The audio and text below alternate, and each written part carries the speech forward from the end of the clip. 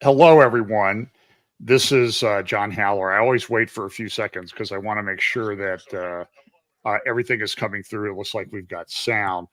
And we've got a little bit of a lag going on. So if it looks like I say something and Patrick doesn't respond quite away, that's because of the lag. And, Patrick's out there in the Valley of the Sun, and it's sunny here in Ohio today, bright, clear blue sky. It's also 28 degrees and windy.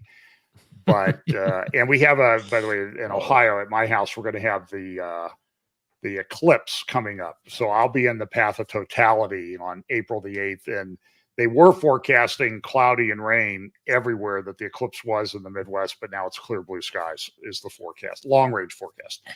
So welcome, everyone. I've got Patrick Wood with me. I'm going to be helped out by Pablo Frascini of Serpents and Doves. Patrick is publisher of Technocracy News. He's written a couple books. The most recent is The Evil Twins of Transhumanism, Technocracy and Transhumanism. Patrick and I were talking beforehand about how long we've known each other. And at our age, it's too long to really remember. But Patrick, it was a real blessing that I was able to hook up with Patrick. He's come to Fellowship Bible Chapel and done a weekend conference. I highly recommend his books. He is probably, I think I can say without reservation, in the terms of technocracy, transhumanism, and its historical development, he's certainly one of the leading experts in the world on that. And he's also an expert on Bible prophecy and how that works. So Patrick, welcome. You bet. Good to be with you guys.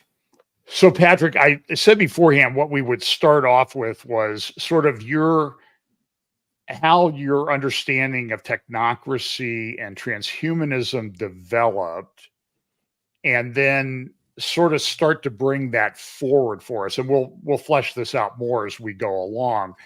But how did that whole process develop to your understanding, and then sort of try to bring a little bit forward to the day and age of AI? And we'll talk a lot about that as we go through this.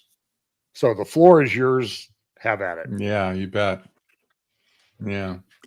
I started out studying the Trilateral Commission in the early, mid and 70s. I hooked up with Professor Anthony Sutton back in that day to chronicle and write about the Trilateral Commission. Sutton was a world-class scholar who had been at Stanford University for several years until they kicked him out because he was writing about the Trilateral Commission. And I hooked up with him in New Orleans. Strange circumstance, but it happened. And we realized we both were on the same track looking at these people. What we couldn't figure out what was going on exactly. Sutton had a better view than I did probably, but nevertheless, we decided to do a newsletter to write about it. We figure it was a huge story that nobody else was telling, and we had the chops to do it, so we did. And that's how I got involved writing ultimately the books, Trilaterals over Washington, that became the de facto standard for the Trilateral Commission and globalization as it was being formed at that point. Still stands. Nobody else has chronicled the Trilateral Commission since, which is astounding to me. But they've been able to cover their tracks so well that it's just virtually invisible at this point. But I digress. So that was the foundation of modern globalization, period, and a subject. It's defensible. I will defend this to the death. I've got all this the research here in my hot little hands, and it is defensible. That was the point where modern globalization started. They wrote about it extensively back in that day. It wasn't me saying, we never said anything. We just looked at what they were saying. And I Now, still do that today. are we talking back at like in the 1920s and 30s, back in that time frame? No, I'm talking about in particular at the founding of the Trilateral Commission by Brzezinski and Rockefeller. Okay. They set a new vision for the world. They said they were going to create a new international economic order. That was all over their literature back then. Nobody knew what they're talking about. We did. We figured out a lot of it. We didn't understand technocracy. I wish I did, but at that point I didn't. But they said they were going to create a new international economic order. Well, what does that mean? The people like Rockefeller had all the money in the bank back then to do it, but and they pulled together people from all over the world. There's never been such a group of people like this at that time, from Japan and from Europe and North America. The fact that they had the money to do it and the people to do it should have been setting off alarm bells everywhere, but it really didn't. We thought it would, but it didn't really work. But so I'll forward a little bit. Go fast forward now a little bit. When their new international economic order was defined, it became, is passed off to the United Nations. It became what we know now as Agenda 21 that came in the Rio de Janeiro conference, the UN conference, UNESCO, and UNEP. That became the doctrine that they put forth to create their new international economic order. So that's kind of where we're going to, that was 1992. That was 20 years almost from the founding of the commission. This was their doctrine, period. It was crafted by them. The whole thing was written by them. Even, for instance, Gru Harlem Brundtland, who created the Our Common Future book, that's credited for all of the stuff that happened in Rio. She was the mother of sustainable development. That they even say that to this day. And all the doctrines, all the stuff that they come up with at that point.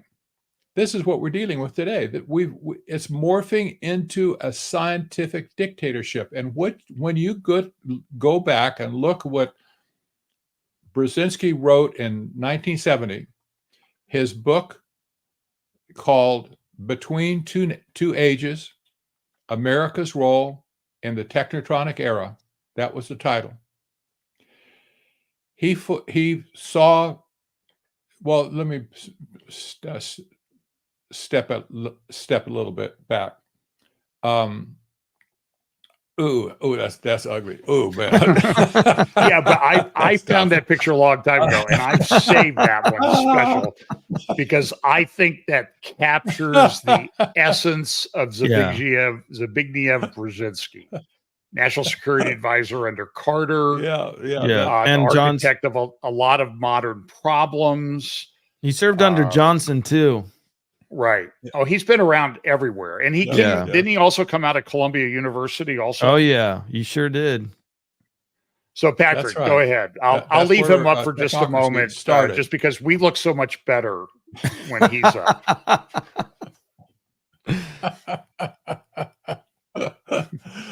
Okay. Well, anyway, he wrote this book, and he looked forward to getting out of the age that they were in at that point to a new age in the future. He called the Technocratic era. That is a synonym for Technocratic era. It didn't exist back then, but they made it happen. as time went on with Rio de Janeiro, especially Agenda 21, all the sustainable development nonsense, all the energy crisis, all of the stuff of the war on carbon, the global warming mantra, all that stuff, that was their creation to force this new economic order on the world. And now we're dealing with this whole business of a scientific dictatorship. It's coming at us hot and heavy. And people don't see the history of this. It's amazing it's so simple to understand. It really is. But people don't want to study it. They don't want to read. They don't want to look at history. And they can't understand how we got to where we are today. It's very simple if you see the history of it. Oh, okay. So let me just hone in on this now a little bit. The same people are still involved with this today as they were back then. Brzezinski's gone. He died a few years ago. So Rockefeller's gone. Oh, Henry Kissinger. Oh, praise the Lord. He's gone too. Finally, that guy hung around forever. I know. He was 100 years old. Or 101 when he died finally. He wasn't the picture of but nevertheless, youth and vigor at any point in his life, but he hung on forever. And I mean, and David yes, David Rockefeller himself lived to 100, didn't he? Yeah, or 101. Yes. Yeah, I can't say Brzezinski exactly. Looks all that better, anyways. So anyway, I interrupted you. Let's go back to this development of this. No, that's okay. Yeah. So in any case, the same people that are a part of the commission today, they're totally involved in everything that's going on today.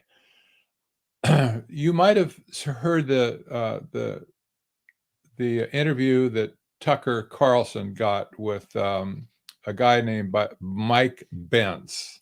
Yep. Oh yeah, absolutely. And actually, I think it's a lot of viewage. I think it may be Tucker's best interview that he ever did. Now, it may be that he just had one of the most knowledgeable people that he's ever had, but it's a phenomenal interview. That's right.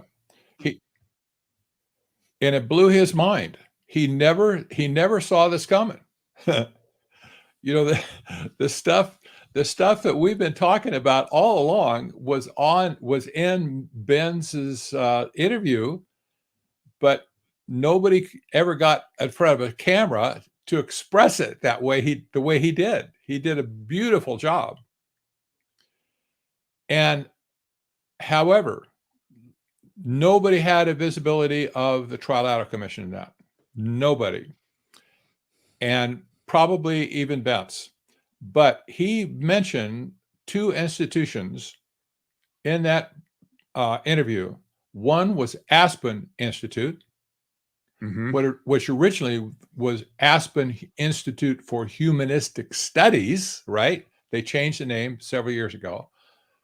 The other organization was the Atlantic Council. And, Tucker said, wow, Aspen Institute? He thought that was a good thing, right? Well, both of these organizations were mentioned in our book,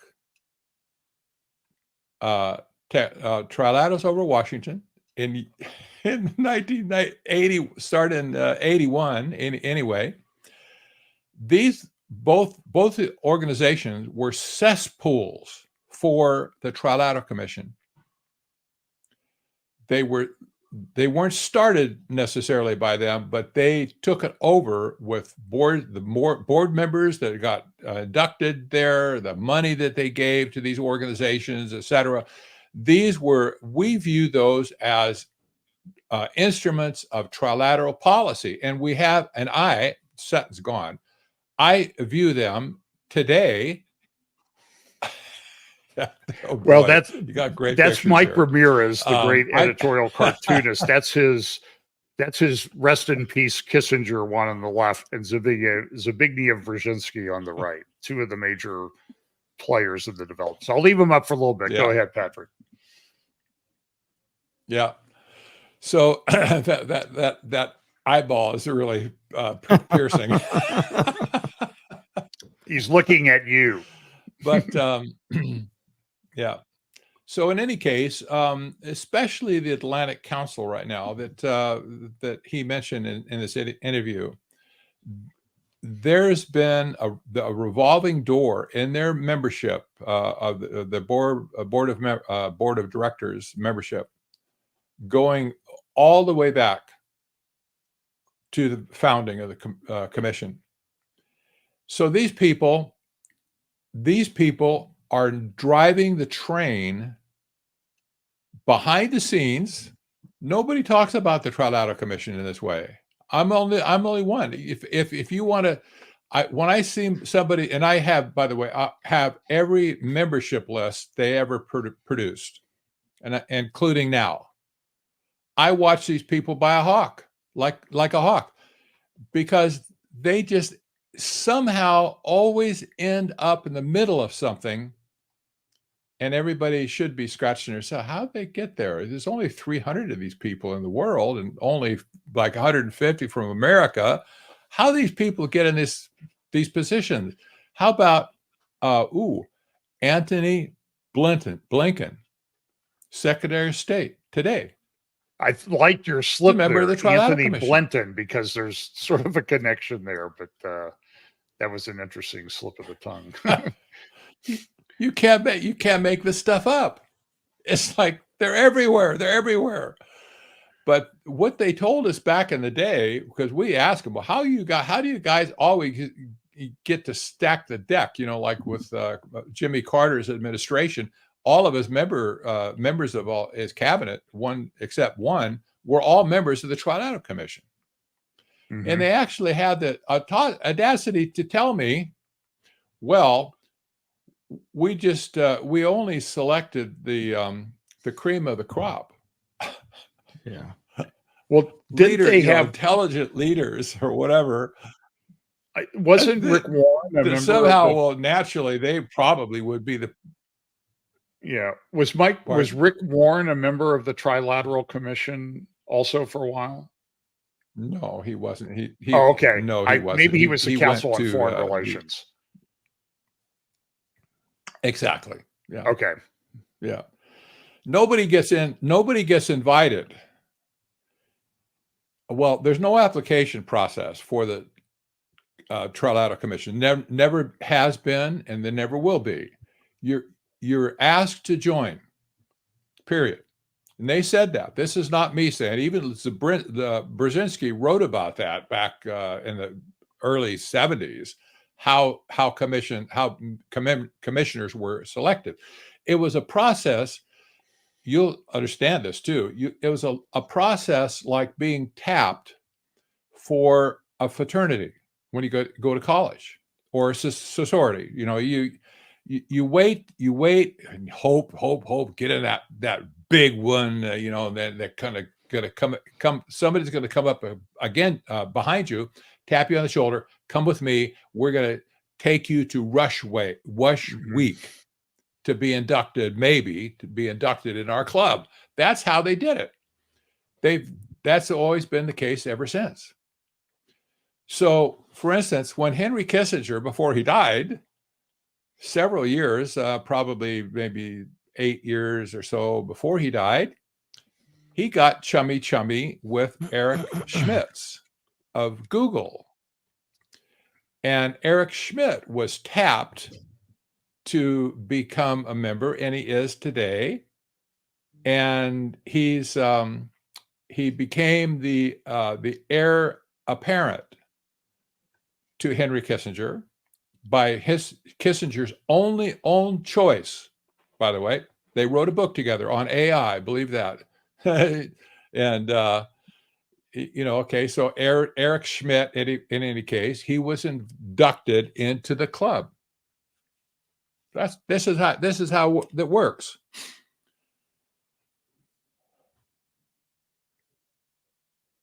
Yeah. So, how is there a relationship between the Trilaterals and the Council on Foreign Relations? Is there some little relationship there, or am I making a connection that I shouldn't make? No. Yeah. Who's the dog and who's the tail? The CFR has been around for a long time, longer than the Trilateral Commission.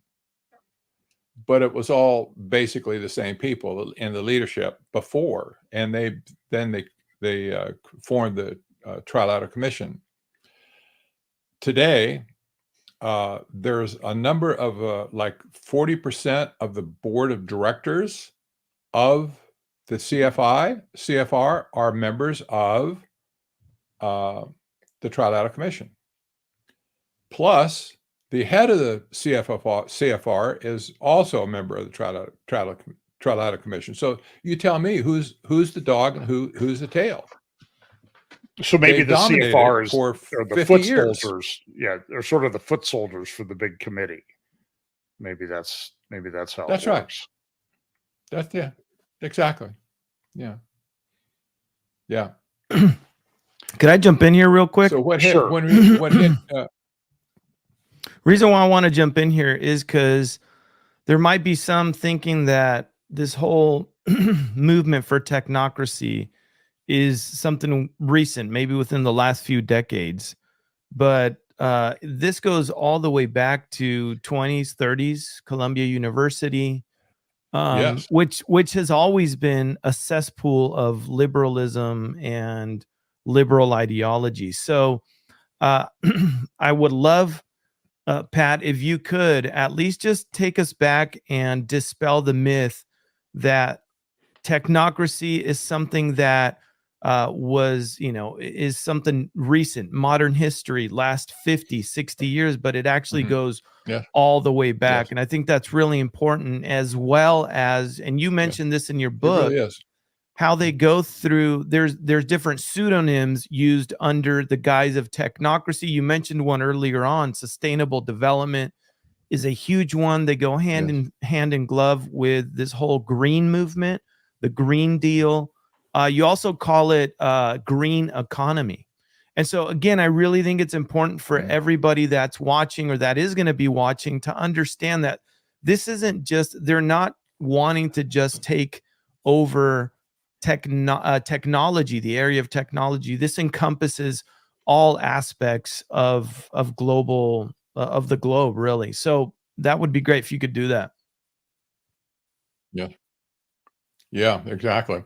Let's go back to Brzezinski, who was a professor of political science at Columbia University when he wrote this book. And I have to say that the connection of the Rockefeller family to Columbia goes back to the founding of the organization. They've always been close with Columbia.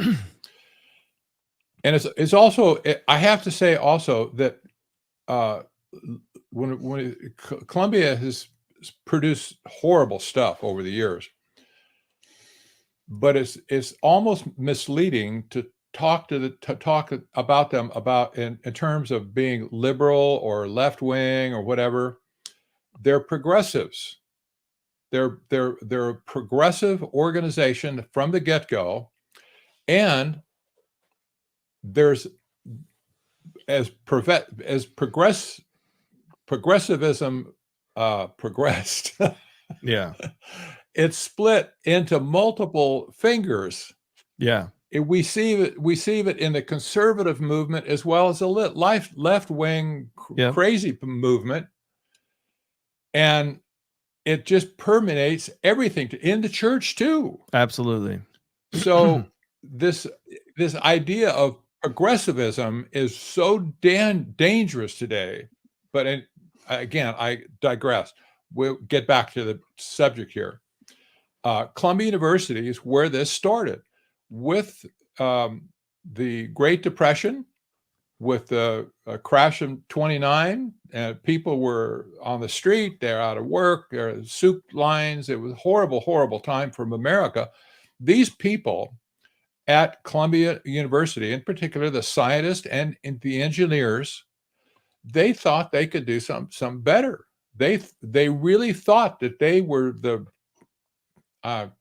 cat's meow. I don't know. They horribly steeped up on their own ego, Yeah. they thought they could do better. So they said, we could get together and we make a new economic model for the world to supplant capitalism and free market economics. That's really crazy talk. Today, you look at people like AOC and the Green New Green Deal, and you think, where'd this come from? Well, back here in the 1930s, they're saying the same thing. We're gonna make everything over, and free enterprise, forget it. Capitalism, forget it. Marxism, forget it. None. They didn't want any of that stuff. They want a new economic system. So when they coined this whole idea of a new economic system, it was based on resources, resource management, just exactly like we have sustainable development today. Yep. They want to control all the resources of the world and make them available to people in a ration sort of a way. Well, these people didn't get as much credibility as they wanted back then. Otherwise, they would have been, Hitler would have gotten a hold of it. The world would be different today. But it didn't go very well for them initially. They didn't get any money from the Rockefellers back then, or the Carnegies, or the Kellogg family. They didn't get any big money from anybody, and that was partly because one of the blowhard founders of the movement, Howard Scott, turned in to be a con man.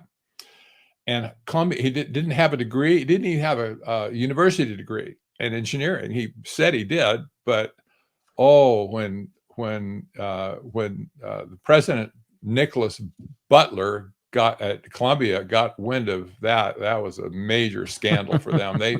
They drop kicked out those people out of that so fast it just make their head spin, and so that kind of left a mark on technocracy back then. There was a fraudulent thing, they thought, and in any case, you don't insult somebody like Butler, at least not in that day, and he felt like he was totally abused by these people. So they didn't get a lot of traction. However, can I just interject something here? That, okay. Yeah. Finish your thought, and then I want to ask you about another rabbit trail. Go ahead. Yeah. So you want me to do it now? Go ahead. Okay. So go ahead. I'm going to put up a picture because we've talked about the Rockefellers. They keep coming up for some reason, and so this is, and I've been here. This is the grave of John D. Rockefeller Sr. in Lakeview Cemetery in Cleveland, Ohio. And I've been there a number of times. It's right next to the Garfield Monument. And it's clear that he was a Freemason, as was Garfield, who also claimed to be a Christian pastor. But I want to sort of just explore, my understanding is that sort of sister institutions are Columbia University and Union Theological Seminary, which is tied into Riverside Church in New York City. And it was about 100 years ago that Henry Emerson Fosdick went to a big Presbyterian church, I think, on Fifth Avenue and gave a very famous sermon, quote, in scare quotes, called "Shall the Fundamentalists Win?" And it sort of set off the conflict within the church between these progressives and the fundamentalists led by J. Gresham Machen and some other people. But Union Theological Seminary also seems to be tied into this a little bit. And that, by the way, that's where Dietrich Bonhoeffer went to seminary. And Bonhoeffer had major theological problems, despite what the famous book on Bonhoeffer by Eric Metaxas says. He was probably a heretic. I doubt that he was saved, but that's a different topic for a different time. But was it through Union Theological Seminary and other seminaries that they tried to tie in the religious aspect of this? with this whole progressive technocratic movement? Oh, yes. Oh, totally. Okay. You know, it's it's interesting to look at all of the major denominations and even Bible churches, at the evangelical churches at this point. They've fallen into this trap, and it's been so subtle along the way, I'm sure. But for instance, the World Council of Churches, the National Council of Churches, the Presbyterian Church, the Catholic Church, all the other churches as well, they've all gone green. All of them. I wrote about this 7-8 years ago, and that they've all picked up this a green agenda, and now you have even the Pope is Yeah. you know, his tunic is turned green. in my eyes, I see a green glowing, you know, Yeah. Pope now. Laudato Si, or whatever. This is he not calls by it, yeah. mistake. Well, but this Yes, is really, exactly. understand that what we're seeing today, this has been going on for 100 years. Yeah, exactly. In theological circles Yes. and in academic circles and in government circles. And then, you know, I don't think we have time to discuss the Dulles brothers and their influence on this whole situation as well. But anyway, Patrick, go back to what you were talking about, because here's when we take the thread forward. Brzezinski, at Columbia University, Brzezinski picked up this idea from the professors who were still there at the university. They weren't allowed to talk about it. There was reasons for it. They couldn't talk about it openly, but it was clear that he got this message from these other professors along the way, and this is what he incorporated into his book, Between Two Ages. Yeah. When Rockefeller saw that book, that rang the bell for Rockefeller, period. Because this was going to be adopted as his new international economic order that he was going to put on the world. It only found utility, in other words, when Rockefeller got his hands on it. And has he brought other people around him in the world, from North America, Japan, and Europe, to frame this whole thing? They did it in terms of technocratic thinking. Yeah. Period. Let me give you an example. This is perfect. We're dealing with China today, big time. China was brought into the global stage by Zbigniew Brzezinski. Everybody in literature will tell you that it was his singular effort that brought Chairman Deng to the United States to wine him and dine him and bring him then into and China onto the global stage. This was a Trilateral Commission project to bring China into modern society. Their economy looked like North Korea at that point, but they couldn't do anything right. They knew how to kill their people, but they couldn't do anything right. When Brzezinski brought him to America, do you think Brzezinski taught him about capitalism and free market economics, free enterprise? No, not at all. He taught them about technocracy, for a resource-based, engineered economic system. That's exactly what we have today in China. They picked up they were a blank slate. They picked up that doctrine, and it just suited them perfectly, because they had no other thing to weigh them down. So, hey, we'll just try this. It worked perfectly for them.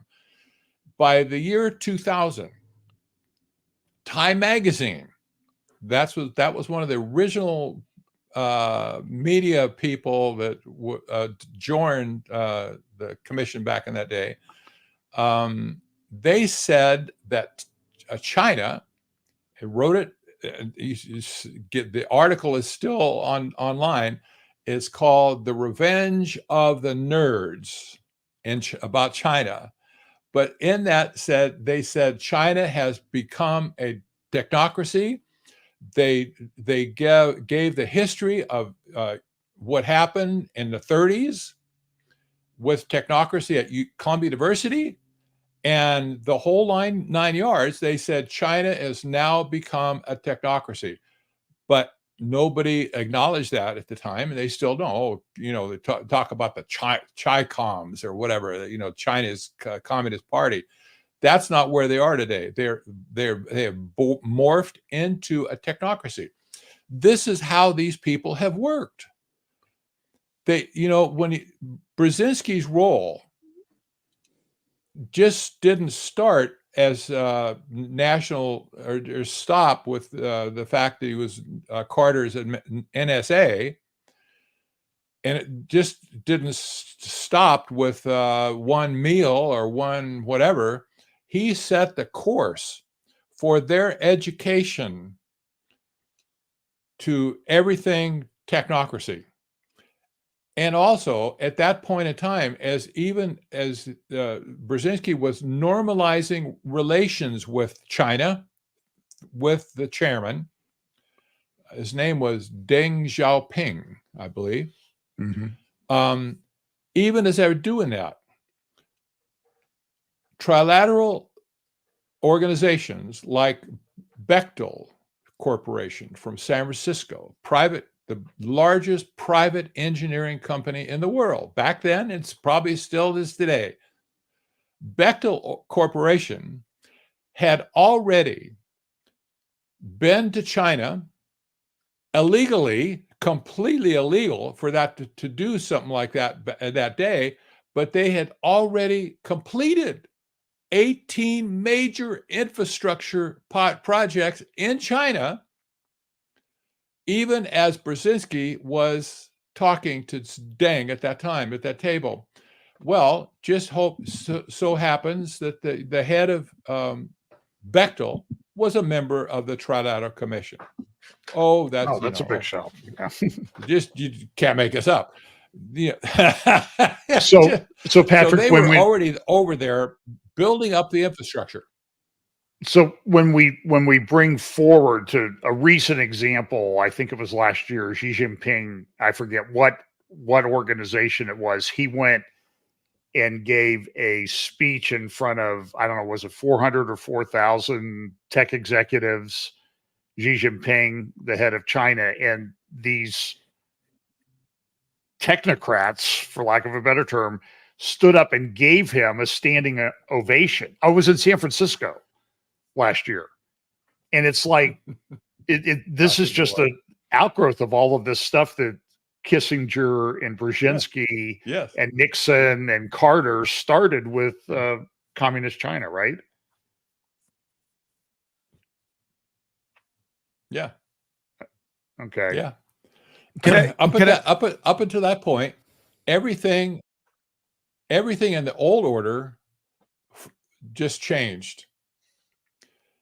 At that point in history, we need to see this as this is the focal point we need to look at to figure out from what was old to what was new. China was morphed. The object of these people was to do something new. Everything they did before that failed. They acknowledged that in writing, by the way. And they said, we need to do something new. That's Richard Gardner, a member of the commission, wrote in Foreign Affairs magazine an article called "The Hard Road to World Order." And by the way, that's the title of my book, the second book on technocracy right there. That's in honor of his article, "The Hard Road to Global Order." world order, excuse me, he said we need to do an end run around national sovereignty. We have to forget the frontal attack, which he said that we tried that before. It didn't work for us. So we need to do something different. We need to do an end run around national sovereignty to get the job done, to reform the world into this new economic system. They clearly said this something had happened at that point in their thinking. They scrapped everything that happened before that. And now he said, now we're going to do this new thing, new tent. And here we are today with sustainable development, the Green New Deal, green economy, circular economy, blah, blah, blah, blah, blah, blah, on and on. And you wonder what happened? Well, it's not too hard to figure it. But let me put a layer on this. It is always about resource capture from the get-go. We need to remember that was the con that these people put on us. They wanted to create a situation where they get all the resources of the world into their pocket. That's what this is all about. This was what sustainable development is all about, is capturing the resources of the world, take them away from you and me and anybody else, and make sure that you don't have any wealth from it. And now you look at somebody like Klaus Schwab, who told us 2 years ago or 3 years ago now, that by 2030, you will own nothing and be happy. Well, so we own stuff now, but in a few short years, we're going to own nothing and we're going to be happy. We're certainly not going to be happy, but he made a prophecy here and he flipped it in our face. And everybody, oh, you silly old man. I don't know what people are thinking, but he really means it. This was what they were headed towards from the get-go. Right. Resource capture. That's always been the plan, is to get all the resources into their pocket and deny us everything else. It's interesting. Back in 2019, the last in my legal career seminar, continuing legal education seminar I went to, we were in California, so I'm going to run up to San Francisco and go to this one at the Practicing Law Institute. It's a excellent legal education organization. But the title of the seminar was The Internet of Things, and the presenters were all of these corporate counsels, highfalutin technology, law firm counsel, corporate counsel from the big tech companies, the Magnificent Seven or whatever we call them now. And the overarching theme of that conference for 2 days was the Internet of Things, and how we're not really, this was before Klaus Schwab made his speech in 2020. This was almost a year before that. And they were talking about, you're going to rent everything. You're not going to have to own anything. And, that's when I think I actually downloaded Uber while I was in San Francisco and used the app to get around to restaurants at night and that type of thing. And I guess I never really, I'm sitting there and I'm listening to this, and it just, when you're looking at this, and and I know I've known you for a long time. You've been here at church, and I've talked to other people who've been talking about this, and I've read books. And when you're sitting there in a room with all of these people who it's like part of their nature, it's hard to pick up on it, I think. So that's my personal testimony of being ignorant, even when I have knowledge. I want to jump in here real quick because, again, one of the reasons why I think it's so important for us to go all the way back to where the roots of all this started is because they were very vocal about it even back then. So you mentioned Klaus Schwab, WEF, right? Everybody knows the quote.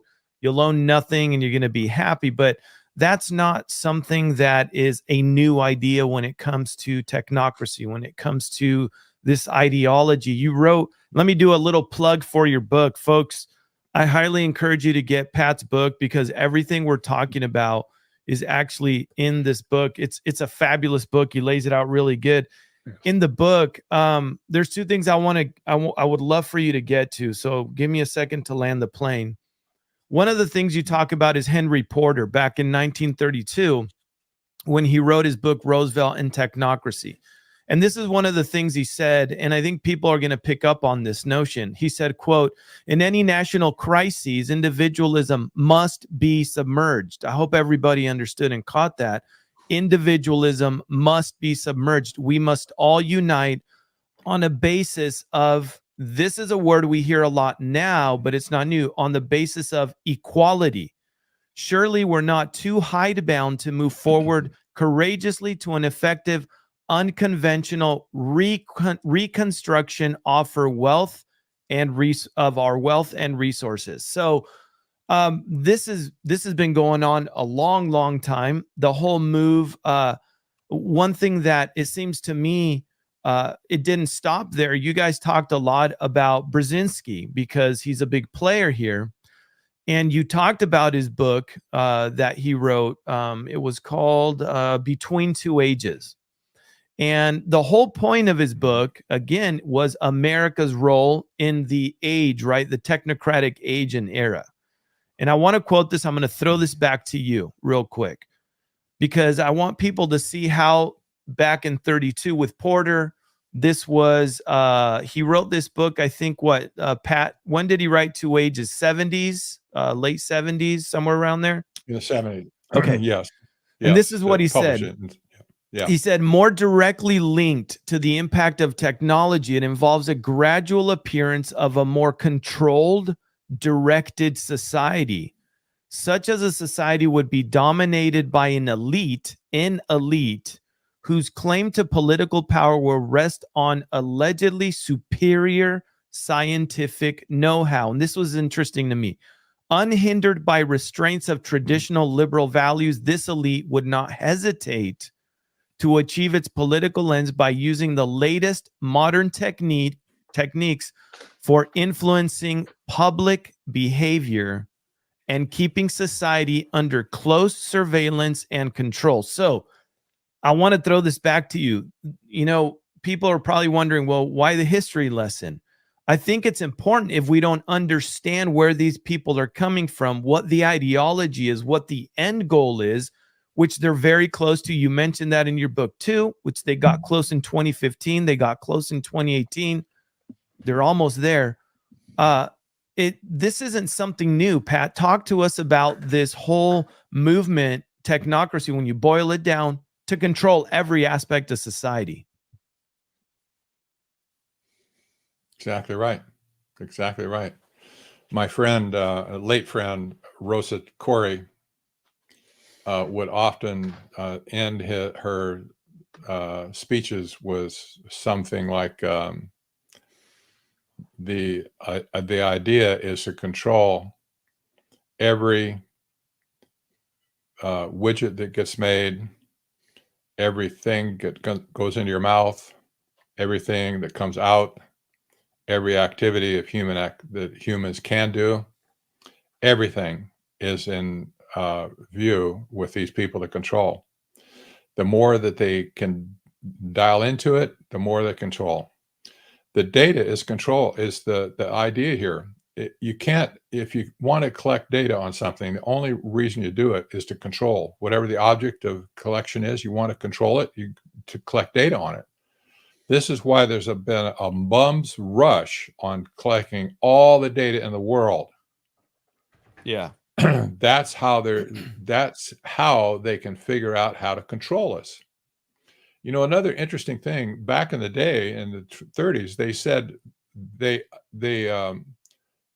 used this in the definition of their movement.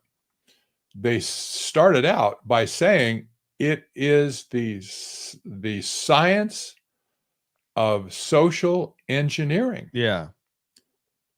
And you say, well, why is that? What does that have to do with sustainable development or some, resource management? Well, they can build their factories. Factories are easy for an engineer to build one that works. You got pulleys and gears and whatever, but the people that work in those factories, they don't act so, they want breaks, they want, I guess, sick, they got bad attitude, whatever, they want to strike. They can't control people. They found out that the way they wanted to control all the machinery of society. So they launched into this idea of turning social engineering into a science. That, of course, is not a science. Right. It really isn't. It's pseudoscience at best. Otherwise, it's just a con. But this has been a major, major thing all these years with all the propaganda and the social, by the way, we're going to segue into AI right now. Yeah. Because AI is the epitome of social engineering at this point. So, they thought, well, okay, we have to control the people who work in our perfect factories. And you have to think too, this was the day back then where B.F. Skinner was doing his experiments with dogs and other animals and other social things like, experiments going on. They misread this whole thing. People are not human. Humans are not dogs. Yeah. They're not just animals, although they thought that we're just animals, but we know better, but they didn't know that. So, they could just make us drool when they ring the bell. Yeah. Yeah. All they have to do is conditioning us. Let me again jump in here, John, if that's okay with you, just because anytime, Pablo, really, go ahead. So, Pat, you just talked about collecting data on the masses because their ultimate their ultimate goal is control of society. I mean, I just read some of the quotes back from Porter in the 30s and then Brzezinski. But one thing that I find really interesting, and again, you just mentioned AI. So a good friend of the ministry, dear friend of mine, I love him like a brother, Ron. I've mentioned him a bunch of times. Ron also, he writes blogs for the ministry as well. But for those that don't know who Ron is now a retired special. He retired from the FBI as an agent. And we've had this conversation many times. He said when he started in a specific department with the Bureau, I think it was back in 2006 or 7, somewhere around there. Even earlier, they were collecting 1 gigabyte of information on people. By the time he retired in 2000, I believe it was 2017 from that specific department, they were collecting in excess of petabytes, which is, I think a petabyte is 1,000 terabytes. So in just and a terabyte is 1,000 gigabytes. So the progression in a few short years, and I'll land the plane in a second here, but I think it's important people understand the enormity of where this is headed. So in the mid 2000s, we were at a gigabyte, and in just a few years, they went from a gigabyte, skipped over terabytes, and went to petabytes. So you're talking 2,000 times. So the problem is processing power. And so here we have all of this information. John, you've talked about the Facebook data banks and the Google data banks. You have some of those data farms in your own backyard. And so we have these data farms not only in our country, all around the world, but we don't have the processing power. And where I'm coming from is here is, and I'll be eventually talking about this, is the marriage between quantum computing and artificial intelligence. That is the union of unions that every technocrat in the world is salivating over, because once those two come together, they'll be able to not only process all of that information in a matter of seconds. I mean, I don't know if we're going to have time to even get into them being able to decrypt, and encryption is something big too within technocracy. They'll be able to decrypt. So, Pat, you mentioned AI and this whole notion of control, but I don't think people understand. Talk to us about how close, again, you mentioned it in your book, how close they are to getting their dreams come true. Go ahead, John. Well, let me just add a little bit to that question, because I already had the question come up, or comment come up early before we even started chatting, that, well, I don't believe in AI. It's not that big a deal. It makes stupid mistakes right now. So why should we even bother worrying about it? This is all just a bunch of fear mongering and hype. Patrick, what say you? Yeah. Yeah, no. When I had my stroke last year, the Lord did he gave me a lot of things to think about. When you can't write, you can't speak, you have to do all this therapy and stuff. I didn't have anybody to, really to talk about or talk to. You just think about stuff. All the stuff that I had in my mind at that point. I had 2 books, actually 3 books behind me on technocracy. And I wanted to, kind of wrestle through, what does it mean? Where are we headed here? One of the major things that I took out of that episode of my life, that I really believe the Lord just kind of gave me this thought, and I believe it's defensible at this point. That is, what we're facing today in the world and in America, for Christians and non-Christians alike, is the collapse of reality as we know it. Period. Yep.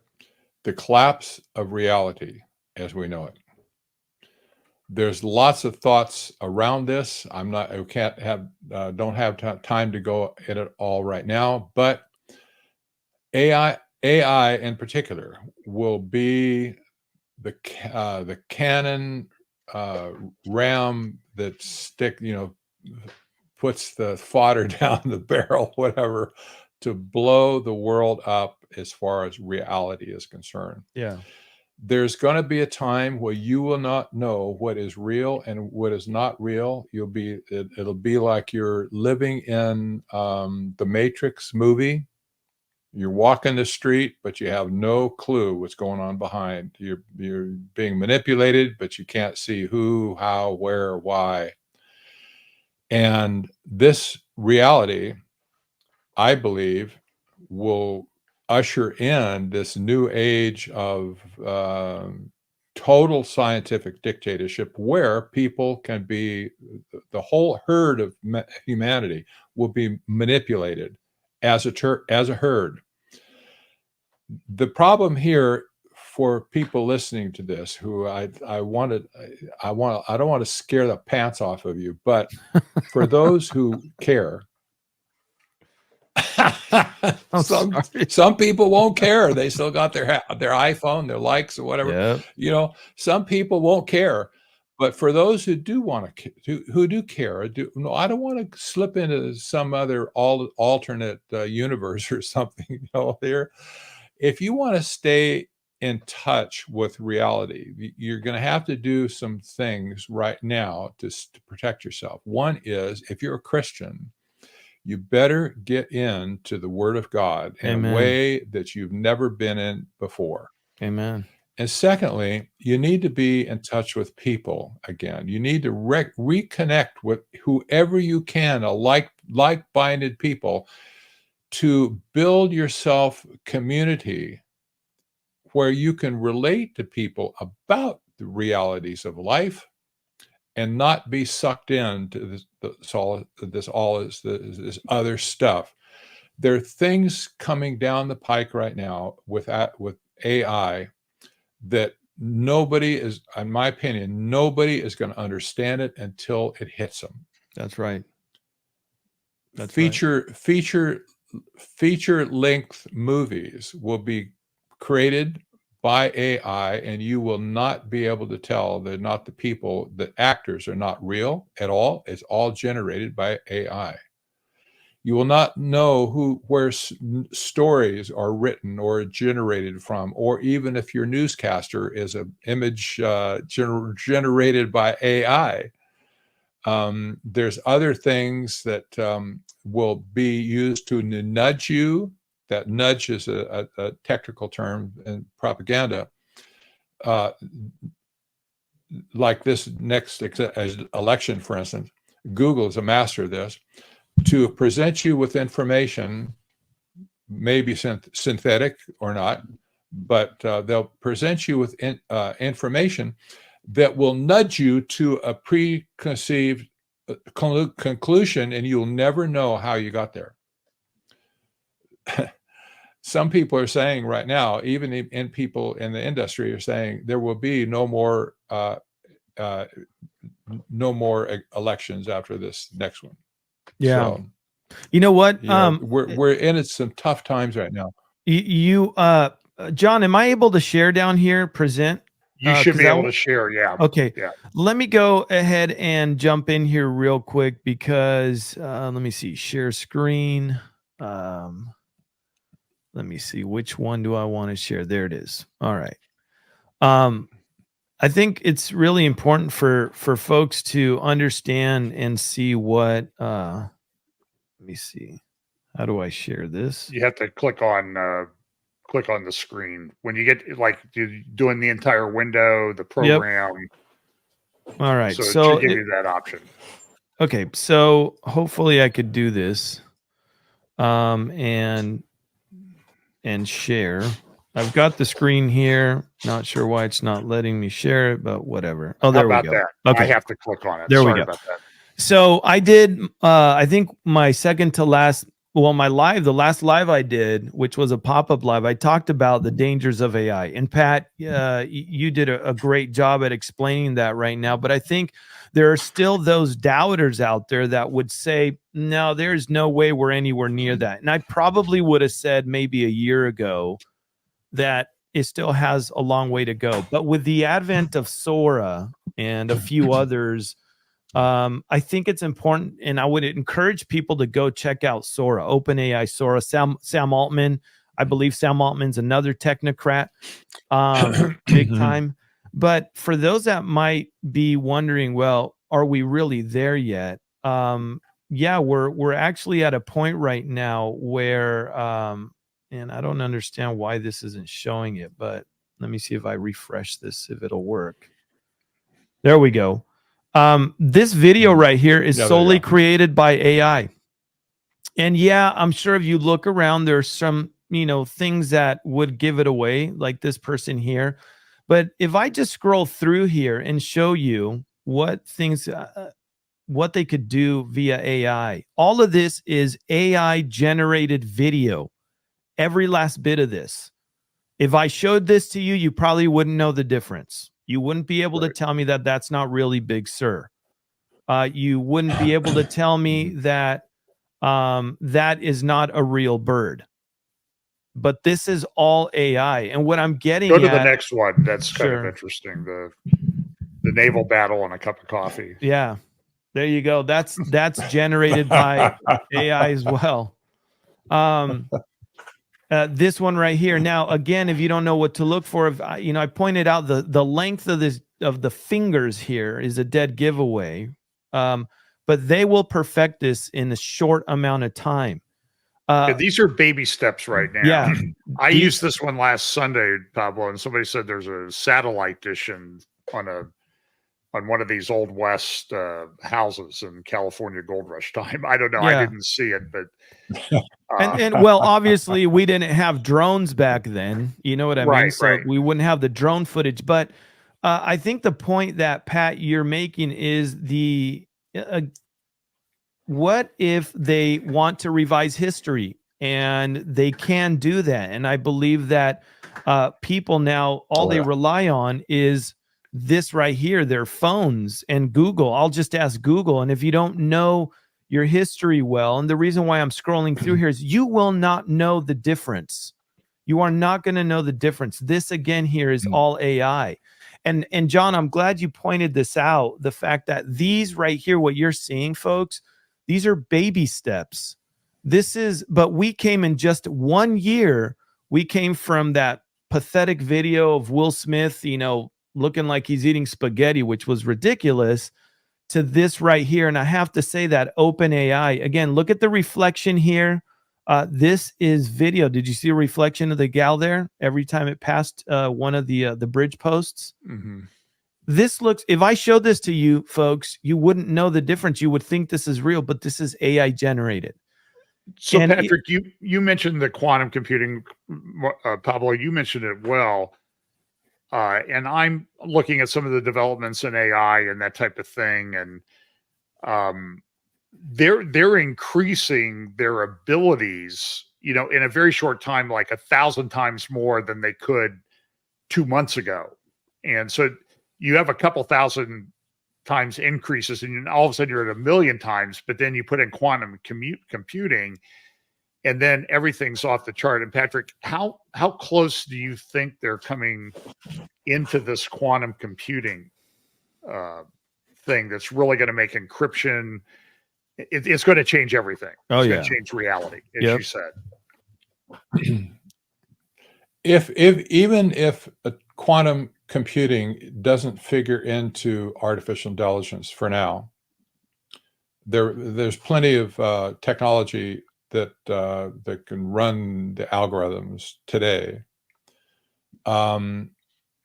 Even if quantum computing is factored in, IBM's done lots of advancements here. It still has problems with it, and the probably AI will figure out how to solve those problems in the end. But there's it's good for some things, but not for running AI algorithms at this point. It'll probably be a blended thing at some point, where quantum computers can bring in some horsepower for certain tasks, but not for the whole thing. Sam Altman just announced a couple of weeks ago that he wants to build a new class of chips to process AI. He calls for get this, a fund of $7 trillion to do this. That's inconceivable in today's economy. Yeah. What's he talking about? Why the urgency? $7 trillion for chip development? What is he sitting on right now? Perhaps they might even have what they call artificial general intelligence at this point, where it will use this new technology or need this new technology to work correctly. Then beyond that, then the next thing is then what they call artificial super intelligence. That's a whole nother level where computers will, not just the hardware, but the algorithms will take on literally God-like qualities. Where I'll tell you what, I see this coming, where AI will be worshipped as God. Oh yeah. Finally. Yeah. In the end. Yeah. But by the way, the Church of AI already on the internet, and worship God as AI as a God.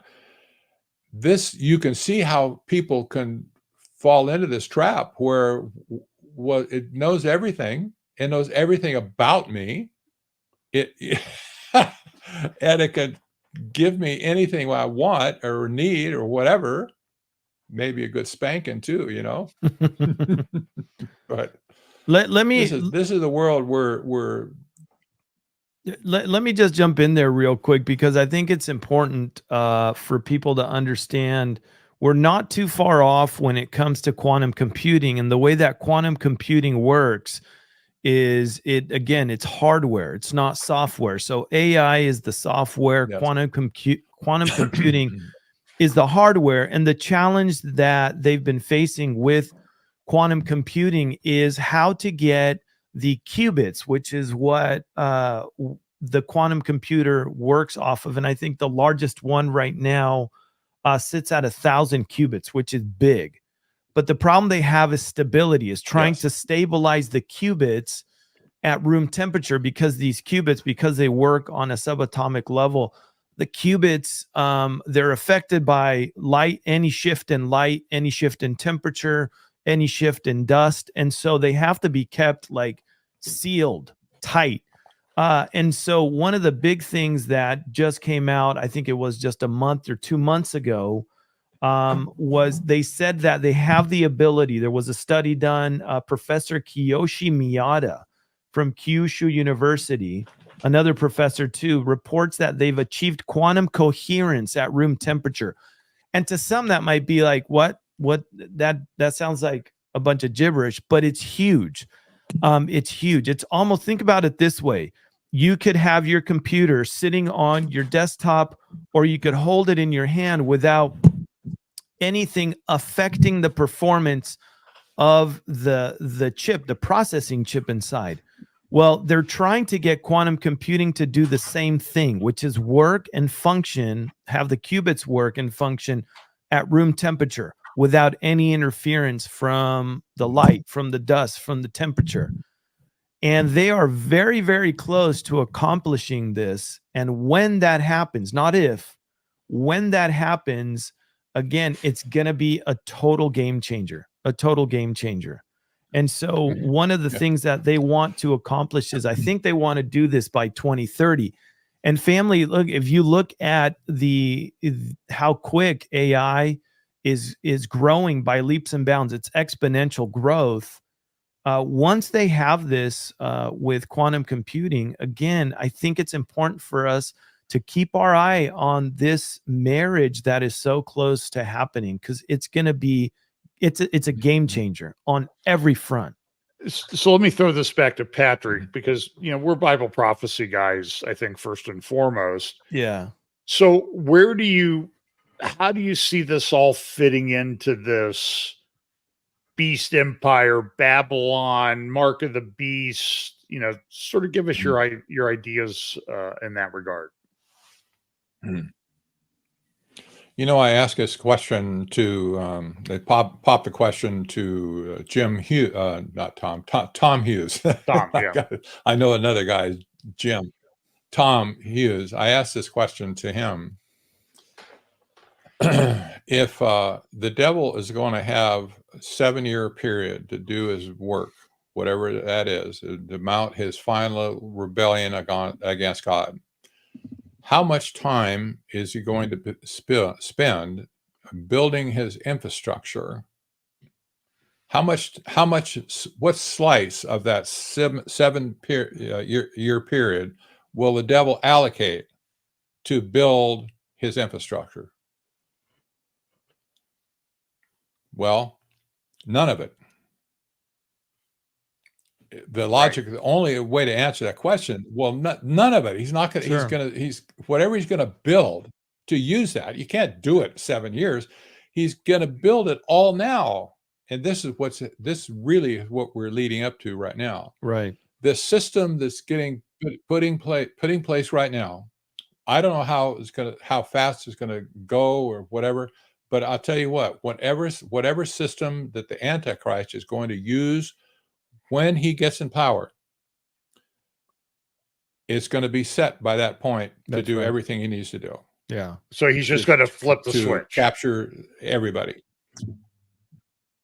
So he'll just the it'll switch be ready has already been yeah, right. It's going to be ready for him to assume this whole thing.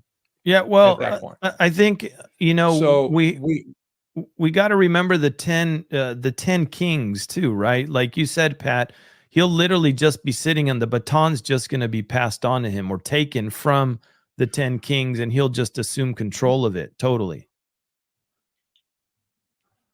yes, exactly. Yeah. You know, there's lots of ways you can look at Revelation. I believe, you know, you can, some of it you can speculate on, but the more we know about this technology today and the intent of it, we need to remember that the mindset of it and the intent of it. Now, we can see these things coming into the book of Revelation, almost like the images showed of the woman, you know, walking along the streets of Tokyo or wherever. You know, you can see how this is going to be used, but until the Antichrist appears, that's the key for Christians at this point, for sure. When the rapture will occur, when the Antichrist appears, from this period to then, we're likely to see all of this stuff in some form descend on us now. We're likely to see it. I can't, at this point, I don't see any reason why it shouldn't.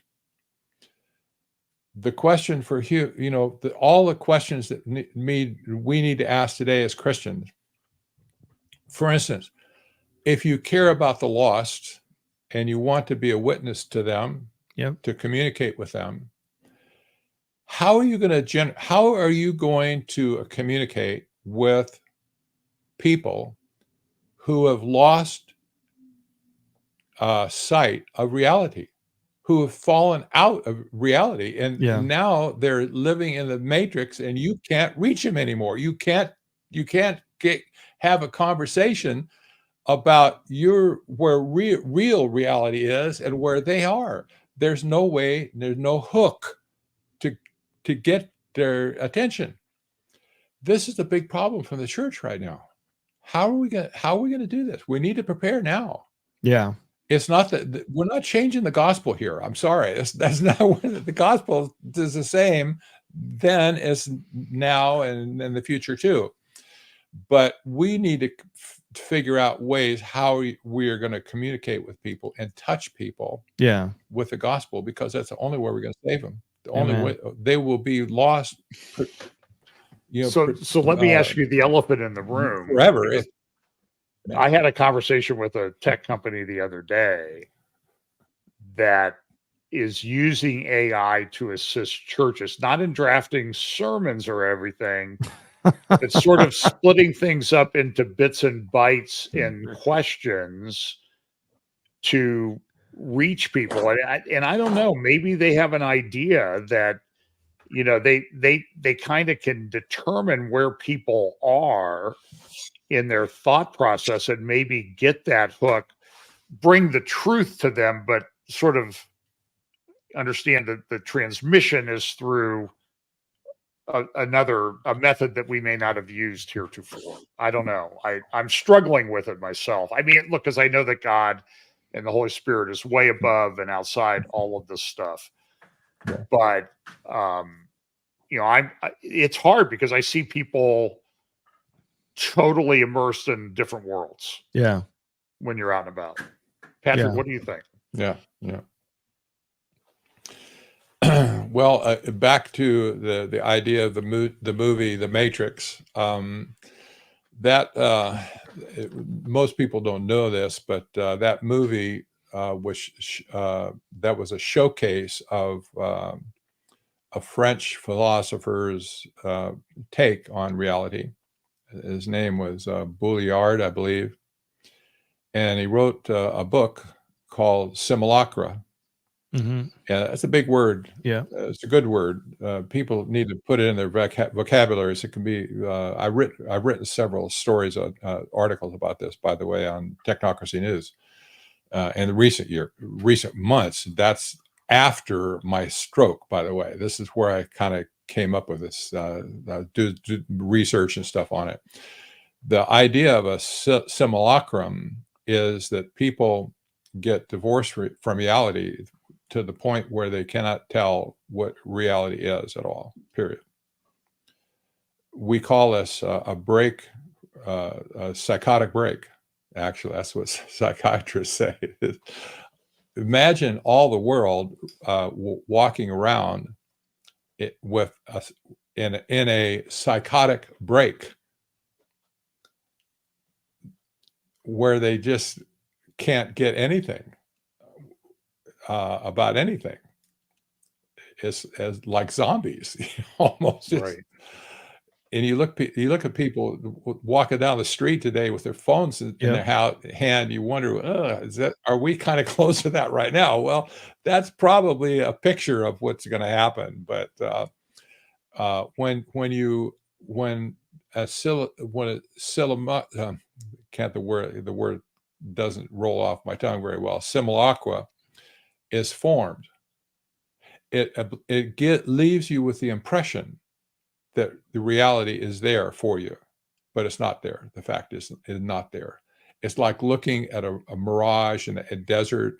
You see palm trees, you see people, jumping in the water, whatever. When you get there, there's nothing there. There's no reality to it whatsoever. This is what the movie The Matrix was all about, by the way. Go and look at it again. You'll see it. You'll see even to the point where the Easter egg of the philosopher's book is one of the first scenes in the first movie. You'll see the book Simulacrum, and it opens up. Neo opens up and gives some people a disc or something out of it. But you'll see that's the tell. That's the tell. That was all. That was all what it was about.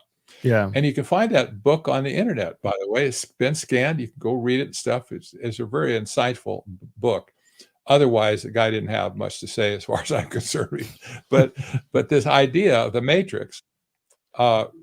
And the basic concept of a simulacrum makes a lot of sense today, because this is where people are headed today. Yeah.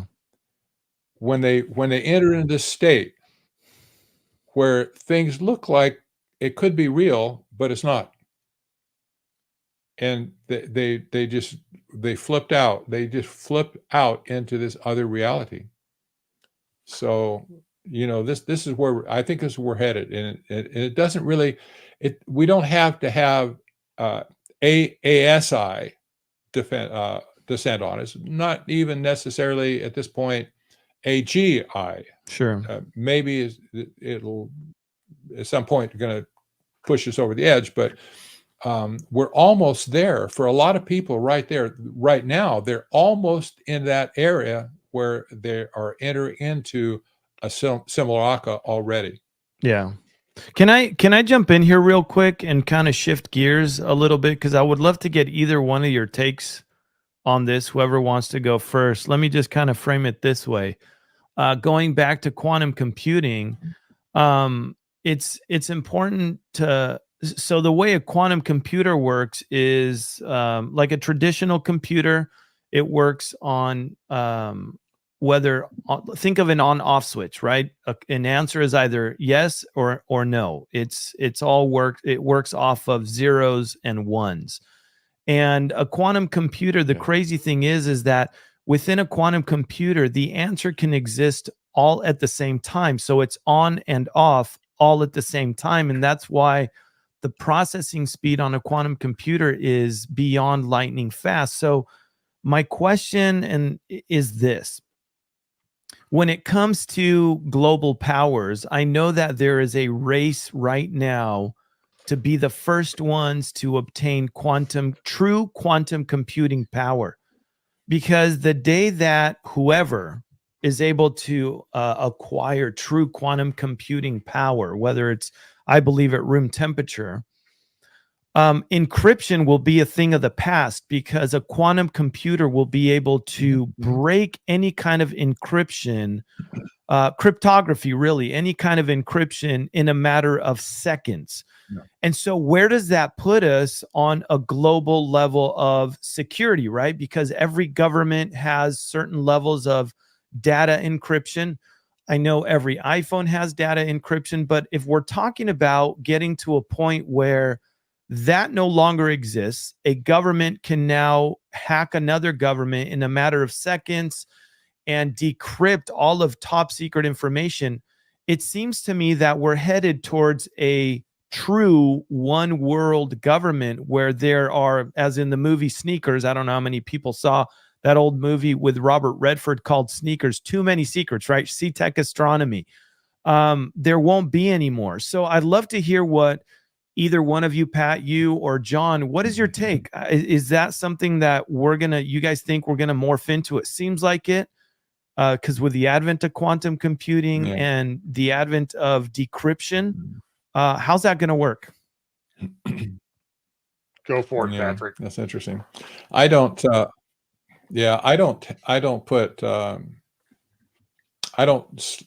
stay awake at night thinking about quantum computing.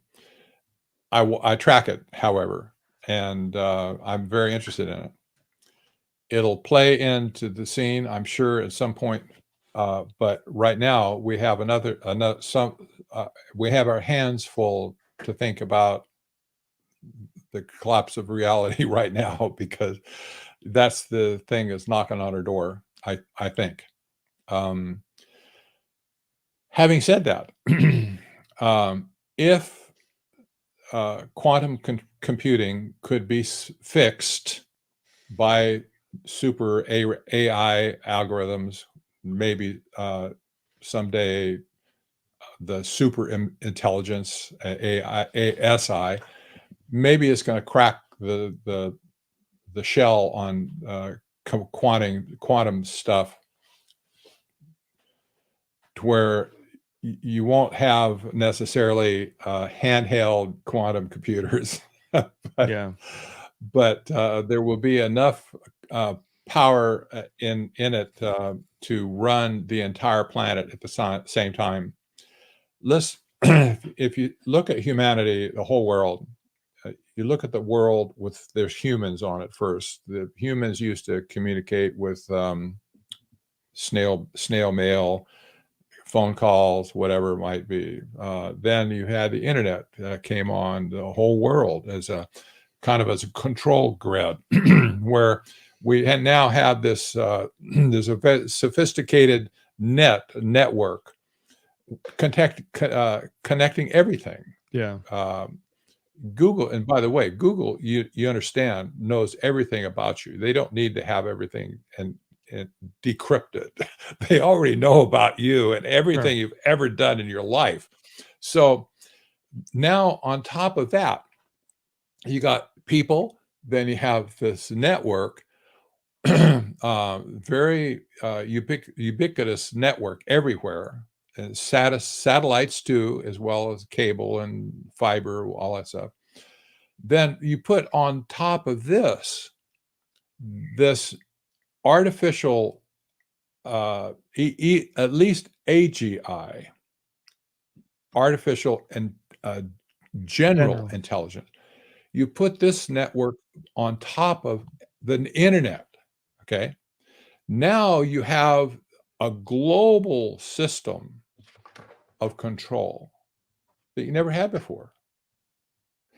This whole network there might be other layers beyond that, but you get the idea that when AI is wrapped around the world, there's going to have to be a computer at some point that can handle all of that processing power to make sense of it. Sure, absolutely. To make sense of it. Yeah.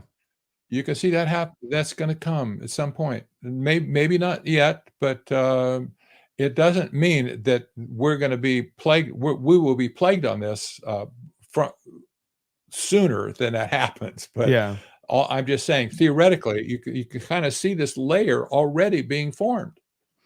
So where's John? Let me ask real quick. Where Pat tie in, because again, with the advent of AGI and possibly quantum computing in the near future, there's a tie between technocracy and transhumanism, right? We have both of those; they go hand in glove too. And so, how is that going to work out? Because a lot of Elon Musk, who is a new technocrat, you've got Sam Altman, but Elon Musk is at the forefront of all of this. With Neuralink, they just had their first clinical trials on Neuralink. Where do you see that going? How do they tie hand in hand? How do they go together?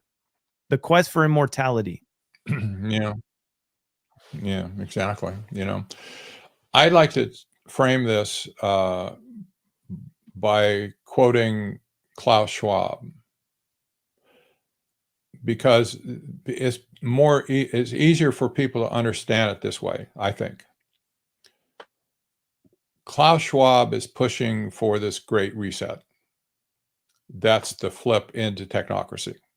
That's the flip into sustainable development, green economy, et cetera, where you'll own nothing and be happy, right? Yep. This concept of a new order that he's saying we have to flip into it, we have to have the big reset to reform all of society, all of the economy, all whatever, shift of ownership away from you, and you rent everything.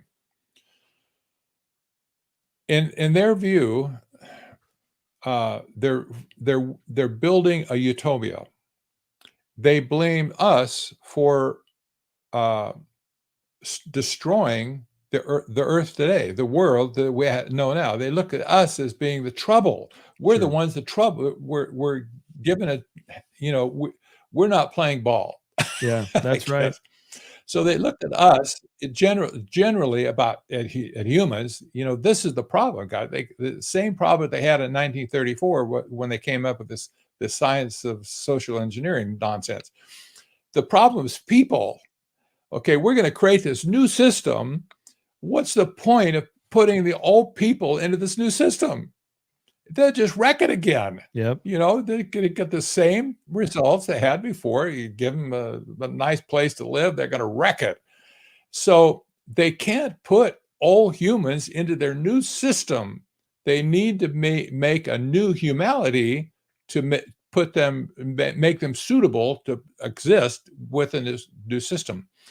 This is what Klaus Schwab calls the fourth industrial revolution, where we will be changed through genetic engineering, through implantable technologies, etc., to where we will be changed to humans 2.0. So we're suitable to live in civilization 2.0. That's where this is the merger of technocracy and transhumanism. Yeah. It makes perfect sense if you think about it. If you try and put yourself in his shoes, what the problem is, you would get it immediately. Sure. It's not a strange thing that we're talking about here. They want to create a new world. But the problem is, if they just pour old people into it, they'll just wreck it. And so, what's the point of trying? They have to create new humanity to be suitable to this new world, and that's all this genetic engineering of humanity is going. This is where it's taken us now. This is and by the way, I've documented this whole genetic manipulation of everything living. I've documented this before 1992 when Rio de Janeiro convened to produce all this stuff. They also sowed the seeds of massive genetic engineering of everything on Earth. Yeah. Every living thing on Earth now is being modified, and they're going to finish this job eventually. So anyway, that's how I look at the merger of both of these, we thought maybe 15 years ago that no, they're not really separate. Separate somehow. You look at it now. Nope. That this is like now perfectly. Yeah. Yeah. Usually eats the bugs. Yeah. I mean, like you said, I'm just putting that up. That's right. Yeah. And by the way, folks, let me just tell people to go here. If you haven't had a chance, go to Pat's website, technocracy.news. There's a link in the notes below. Okay, cool. Yeah. The description. Go ahead, John. Sorry. So listen, so I thought a lot about this and I've talked a lot about this. And so here's an interesting, Daniel has a good question. How is AI going to survive the sealed judgments? Now, my view on the sealed judgments is that the seals open, but the effect of the seals is sort of a crescendo that builds to a peak at some point. So I don't think that this is going to destroy the AI is not going to destroy this, or I mean, AI is not going to be destroyed by the sealed judgments.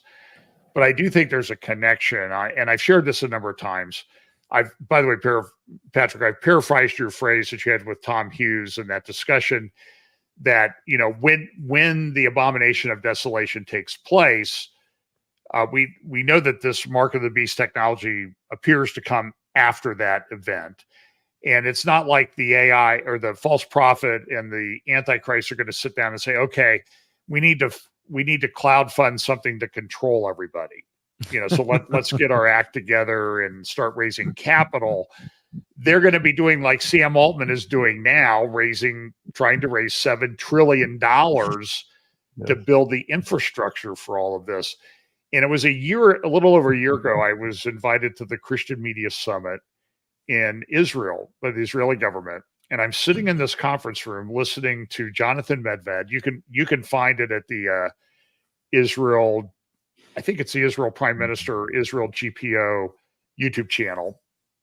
And his talk, he's talking about AI and it's going to be great. And we're doing this stuff. And we're doing all this stuff with the Arab countries. And, this is sort of everybody was sort of caught up in the rush of the Abraham Accords at the time. And he said, and then he just made this phrase. He said, this AI is going to be great. We will make the lame walk. That's the exact terms that he used. And then I thought back to the Neuralink thing that had just been, and by the way, he mentioned ChatGPT, and I'd not heard of it at that time. It had only come out the week before. And he said, this is the most unbelievable thing we've ever seen so far. But this is like little tiny baby steps. This is like, the 10-month-old who's walking a little bit and, teetering around and everything. But when I thought back, take the lame will walk, I went back to the Neuralink intro that had just taken place a couple weeks before, when they had the big thing where they were going, and the progression that they had in that video introduction was the lame walk, the blind see, the deaf hear. And when I kind of put it in that context, sitting in Jerusalem, it was like, oh, okay, now I get it, because that's when the disciples of John the Baptist went to Jesus. He said, go ask him, are you the one we're looking for? And Jesus said, you go back and you tell him that the deaf hear, the blind see, the lame walk, is same order as the Neuralink introduction. And the point of it all is that there's like this false messianic component to all of this stuff that we're talking about. So I think it's going to happen. And, when this happens, it's like you mentioned Klaus Schwab, Patrick. He talked back in Chicago in 2017, and he mentioned it again at the World Government Summit, the exact same phrase, that the fourth industrial revolution will be characterized by the fusion of our physical, digital, and biological selves. And he says it with that kind of Dr. Demento, phraseology that I can't really imitate. Hmm. And then, and I also put up a picture of a Davos forum that they had 7 weeks ago, and it was called Quantum's Black Swan. So these are the technocrats of the world talking about a black swan event. They're catching up with the conspiracy theorists in some respects. But the general manager, the GM of IBM Europe, Middle East, and Africa, Anna Paula Assis, and I apologize if I pronounced her name wrong, ASSIS, which is kind of an interesting spelling for a last name in this context. It's like, okay, you were born for such a time as this. But she said, so the question that was posed to the panel was, is this going to lead to a cyber Armageddon, all this AI stuff? And her answer was yes. But don't worry, we're already working on developing algorithms to get around it. And so it's in the context of everybody, we talk about Bible prophecy and everything, because it's very important to us. And, we all have different views about how this is all going to work out. But I sort of look at the convergence and the acceleration of all of these different lines of Bible prophecy that are happening right in front of us. And it's stunning. And I wish I had $1 for every Bible prophecy expert guy that I talk to and that says, I never thought I would see this. Well, so the question then becomes, so how much are we going to see before we're out of here? And the answer is at least everything we've seen so far, and probably a lot more. That's my sort of stock answer to that. So Patrick, we can wrap this up whenever. I know people might want us to go longer, but kind of tie this into this whole Bible prophecy thing a little bit for us, and what your thoughts are on that. Yeah. Well, there's no doubt that people were going to be during the period of the 7-year period we're talking about here. We know that people are going to be massively deceived.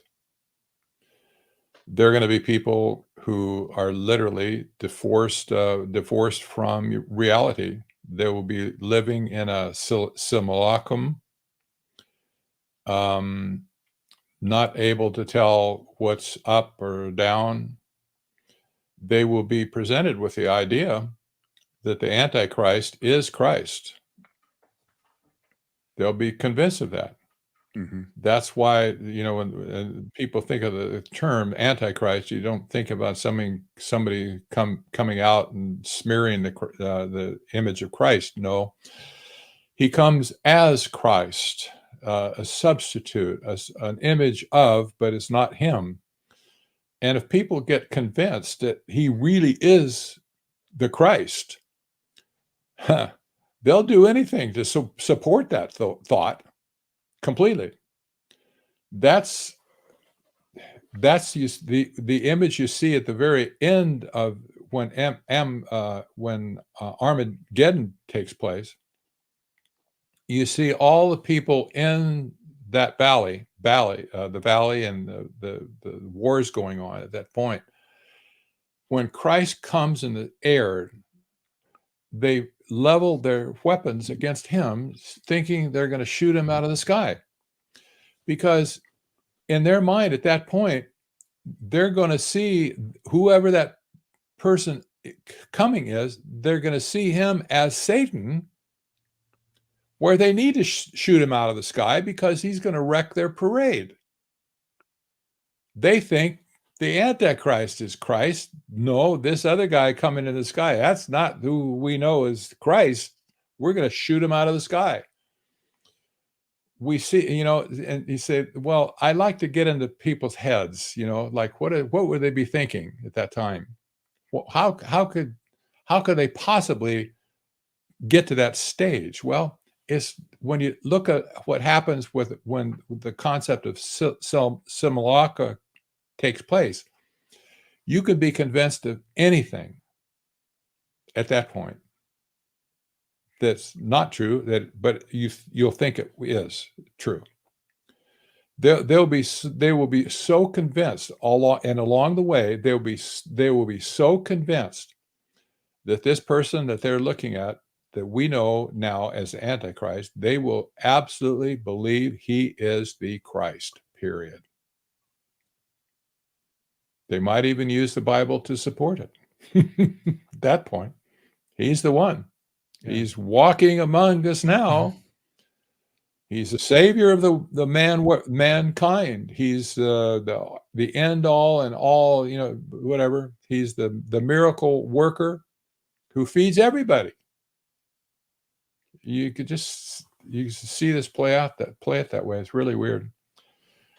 But this is the problem we have. This is why I got alarmed on this concept of simulacra after my stroke, especially when I see the possibility of people today slipping into this condition. They're going to be they'll be prepped for this time later, where they won't be able to get out of it again. In fact, it's going to be at some point, and when we talk about the concept of getting a number, worshiping this beast, and you get a number, and you're going to be able to buy and sell, whatever.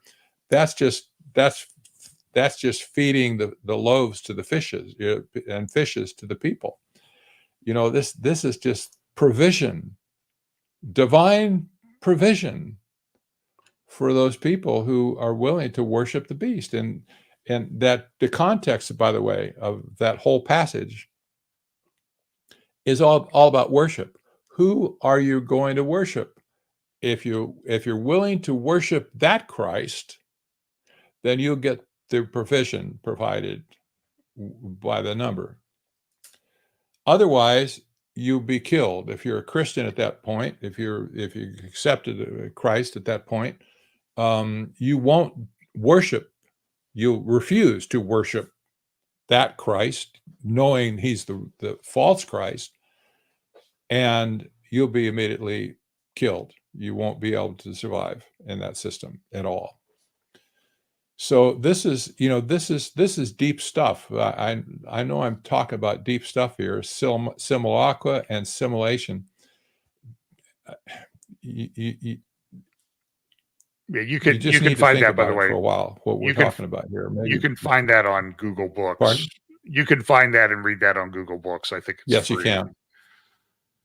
Yeah. So, it's such an interesting. I mean, Jesus gave us the antidote. Was when someone says, "Oh, the Christ is here," don't believe him. Yeah.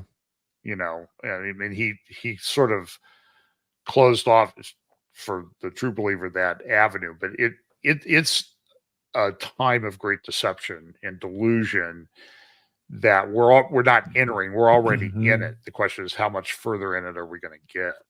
Yeah.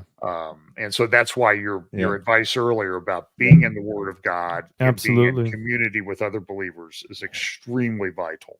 Yeah, everyone. Absolutely. I agree 100%. Yeah. I'm just going to jump in here and say that I'll piggyback off what you said, Pat, that so Satan is the master counterfeiter. And I think if we look back at everything that we've just talked about, everything we've just covered, is what Satan is doing is obviously he wants to counterfeit, and he's going to counterfeit the Trinity. He's going to counterfeit God. He's counterfeiting reality. And so you can kind of go down the list because, again, he is the master counterfeiter. And I've said this a billion times. I will continue to say this. In Matthew 24, I believe it's verse 4, Jesus told his disciples, take heed that no one deceives you. That was the very, very first thing that Jesus said was going to be a marker of those days, right?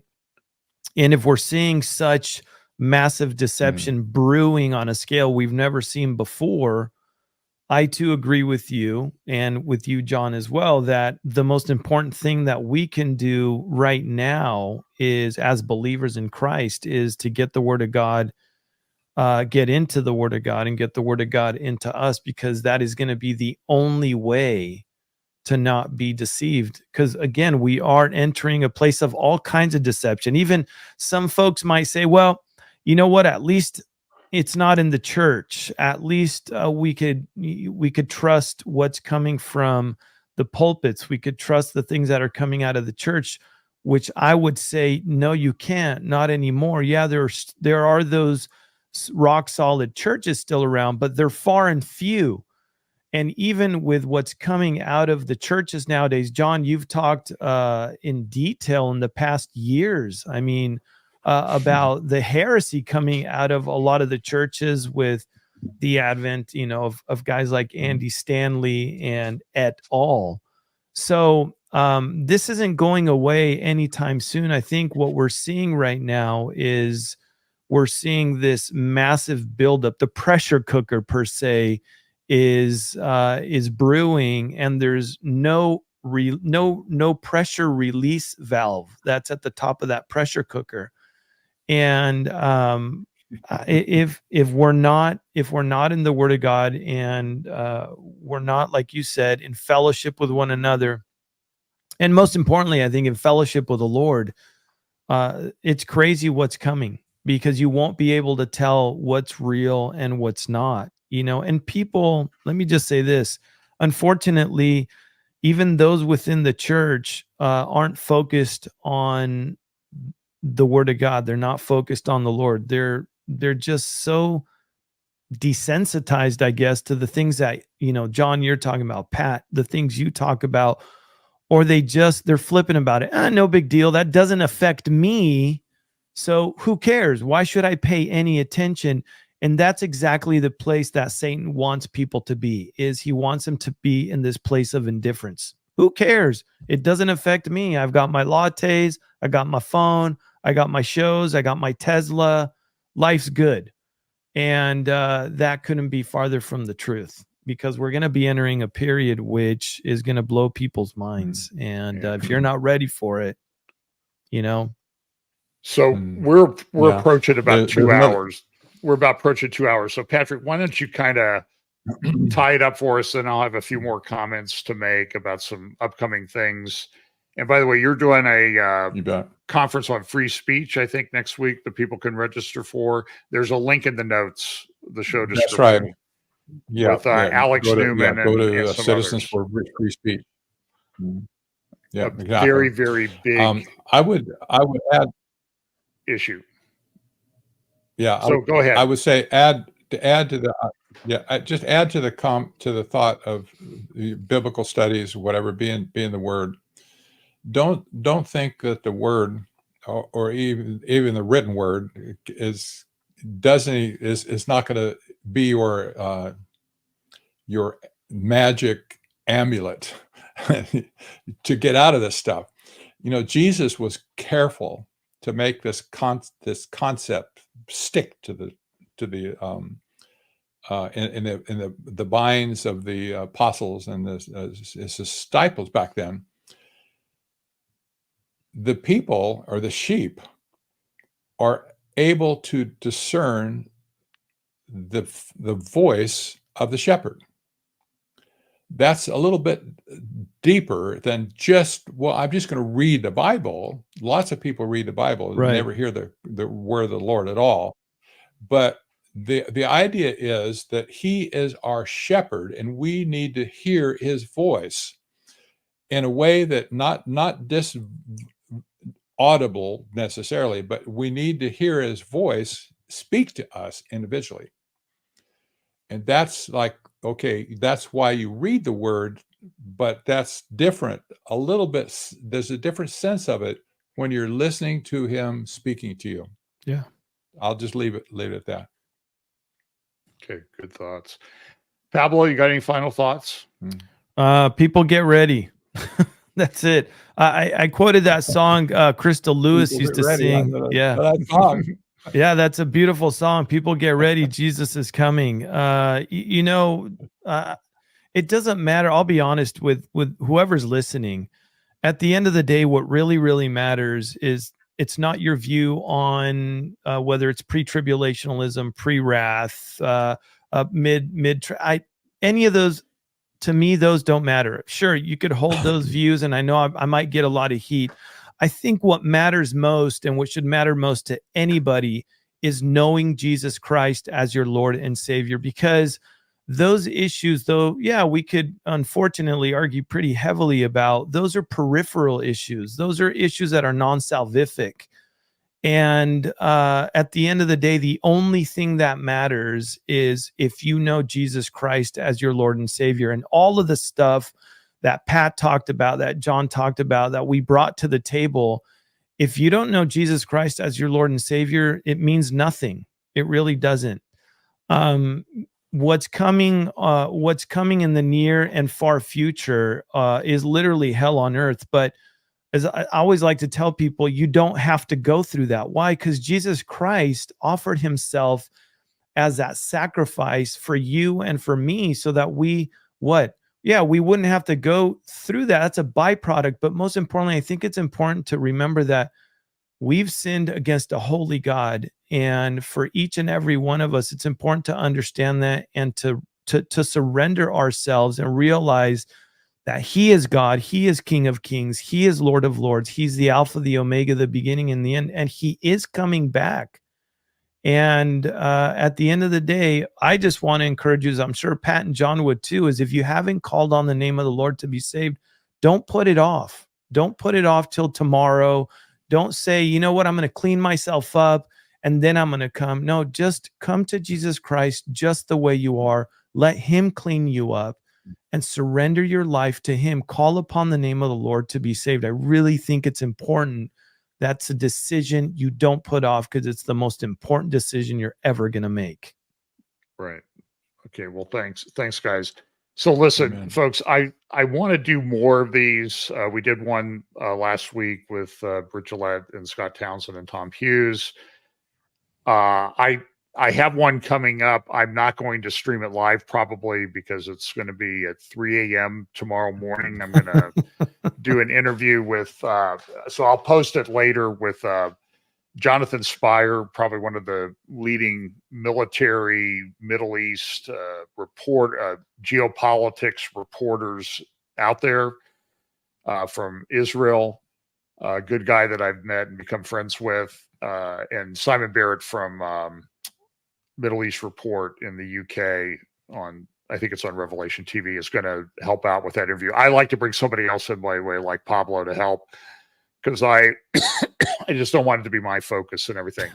And then next week, I'm going to do a talk. I think it's on the 6th. I'll be posting links on my social media. With Carl, I always say his name wrong. I'll say Techrib,